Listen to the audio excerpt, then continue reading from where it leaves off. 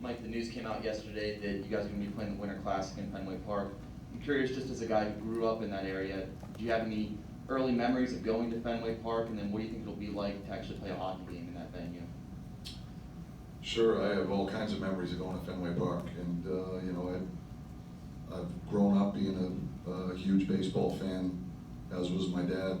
You know, we watched the Red Sox all the time in my house, and so to have an opportunity to participate in a hockey game in Fenway Park for me is the thrill of a lifetime. It's I can't put it into words how excited I am for that opportunity.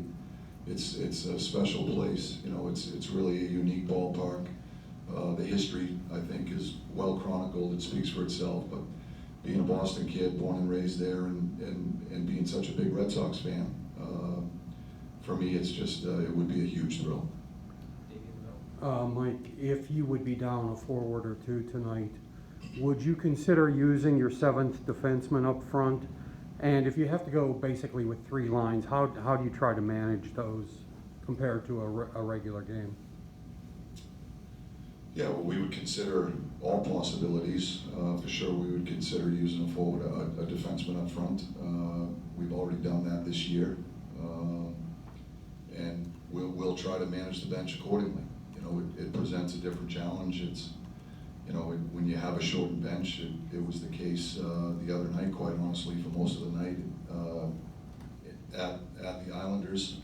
We had lost those two guys fairly early in the game, and you know, you try to manage the bench accordingly. If you're trying to get guys proper rest, you're trying to get them out in advantageous positions. Makes it a little bit more challenging from a matchup standpoint, things like that, just because I think, you know, rest and recovery becomes the priority because you don't have that extra line. But you know, we'll manage it accordingly depending on what players we have available to us.